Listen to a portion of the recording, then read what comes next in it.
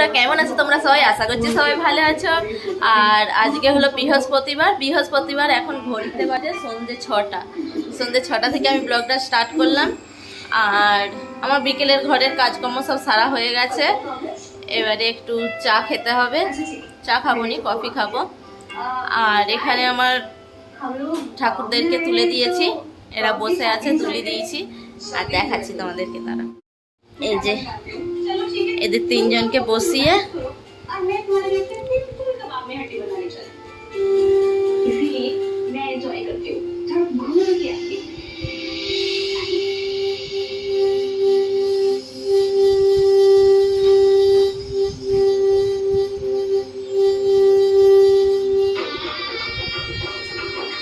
আর আজকে আমার ছোট ছেলের স্কুলের বই দিয়েছে, আর বইগুলো সব মলাট করতে হবে। আগের বইগুলো সব ঝেড়ে বার করতে হবে। আর এই হলো ব্যাপার, দেশ যাওয়ার আগে বইগুলো মলাট করে রেখে তারপরে দেশ যেতে হবে। চলো ঠিক আছে, বাইরের লাইটটা জ্বেলে দে। চলো দেখতে থাকো, সঙ্গে থাকো। চলো চলো একটু ছাদ থেকে ঘুরে আসি। আমরা একটু ছাদ থেকে ঘুরে আসি। চলো। আর চলো।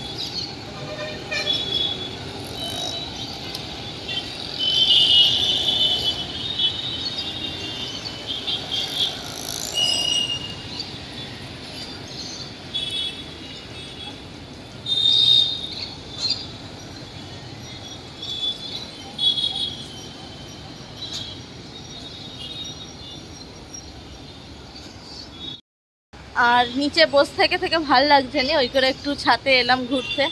আর ওই সেন্ট্রালটা দেখে দেশ যাওয়ার কথা মনে পড়ছে। কবে আর 1 মাস বাকি দেশ যেতে, কবে 1 মাস শেষ হবে তবে দেখতে পাই। আর ভাল লাগছে না, এবার দেশের দিকে যেতে ইচ্ছে করছে। অনেক দিন হয়ে গেল, এবারে 6 মাস হয়ে গেল চলে এসেছি, দেশ যায়নি। এই হচ্ছে ব্যাপার। আর আমাদের এদিকে ফুল গাছগুলো তোমাদেরকে দেখাই, দাঁড়াও। এই দেখো,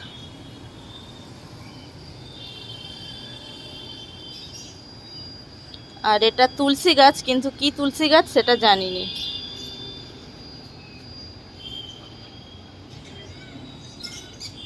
আর এই পাতাগুলো জোয়ানের মতন গন্ধ। পাতাগুলো কি গাছের পাতা কি জানি, জোয়ানের মতন গন্ধ। এই যে তুলসী গাছ। লেবু গাছটা লাগিয়েছে ঘর মালিকেরই লাগানা সব গাছ।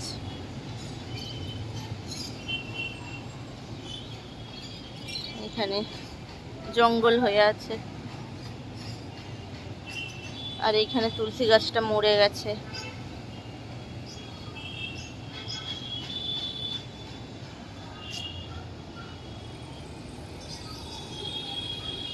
এখানে জবা ফুল গাছে অনেক পাতা ফুটেছে, ফুল ফুটেছে, কুঁড়ি এসছে। এই যে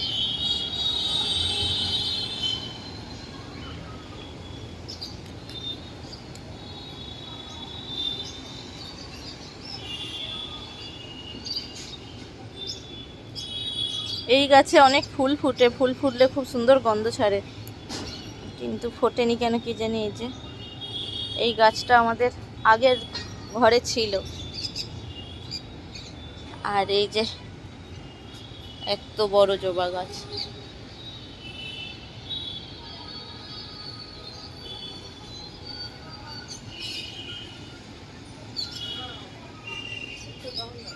হুম, আমার থেমে গেল, চট করে ঘুরে দাঁড়ালো পেছনে। তার মনে ভেসে উঠল সুচন্দ্রবাবু সে কথাগুলো। ছোট ছেলে ছুটতে লাগলো সামনে। এখানে সন্ধে দিয়ে দিয়েছে।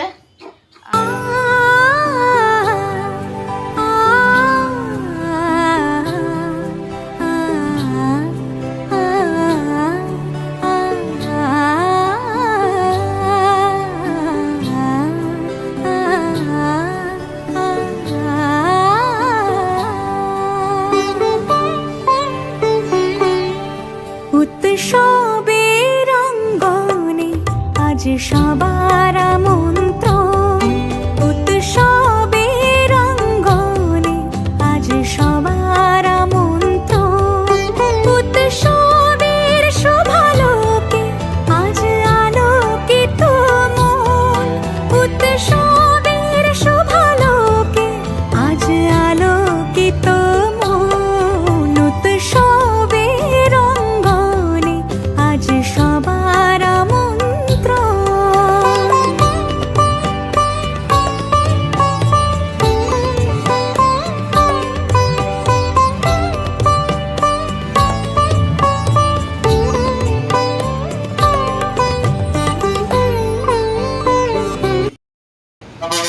চলো, কাল থেকে মেঘ করে আছে, কালকেও হচ্ছে বৃষ্টি হয়েছে ভোরবেলার দিকে, আর আজকেও হয়তো হতে পারে। মেঘটা করলো, এই মাত্র ধরেছে, ভালোই ধরে গেছে মেঘটা।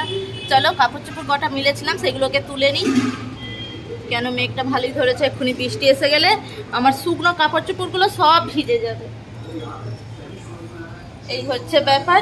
আর আজকে দুপুর রাতে রান্না হবে, ভাত করব আর রুটি করব ভাবছিলাম। রুটি কিন্তু আমাদের লোকটা বললো আজকে রুটি খাবো নি, আজকে ভাতই করো।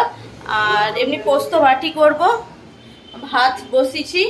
আর এদিকে এই যে একটা আলু বেগুন সিদ্ধ হচ্ছে, আলু বেগুন আর পটল, আর এখানে ভাত বসিয়েছি। এই হচ্ছে ব্যাপার। আর এই গ্যাস চুলাটা আমার খারাপ হয়ে গেছে, জ্বলছে নি, আস্তে আস্তে জ্বলছে, ওই করে ওটাকে ঠিক করতে হবে। আর বাসনগুলো গোছ করতে হবে, বাসন মাজা আছে, গোছ করতে হবে। চলো বাইরের আগে কাপড় চোপড়গুলো তুলে নিই। চলো, আর আমার রান্না বান্না সব হয়ে গেছে।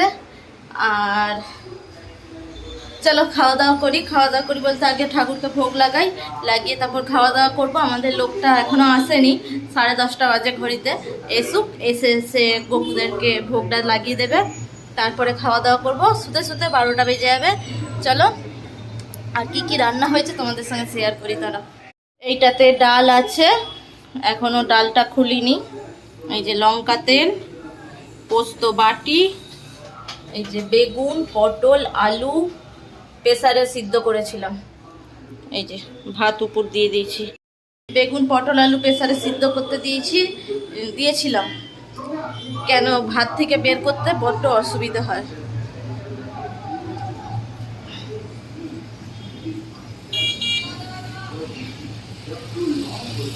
ভাত থেকে বের করতে খুব অসুবিধা হয়, ওই করে প্রেসারে দিয়ে দিয়েছিলাম। চলো, আর কালকে ড্রাইভিং নেই, কালকে আমার বড় ছেলের পরীক্ষা আছে, ড্রাইভিং শিখতে যাবেনি কালকে, আমিও যাবনি। চলো, আজকের ভিডিওটা আমি এখানেই শেষ করছি। আবার তোমাদের সঙ্গে দেখা হবে একটা নতুন ব্লগে। ততক্ষণের জন্য গুড নাইট। আর যদি ভিডিওটা ভালো লেগে থাকে তাহলে একটা লাইক করে শেয়ার করে দিও, আর সাবস্ক্রাইবটা অবশ্যই করে দিও। চলো, গুড নাইট।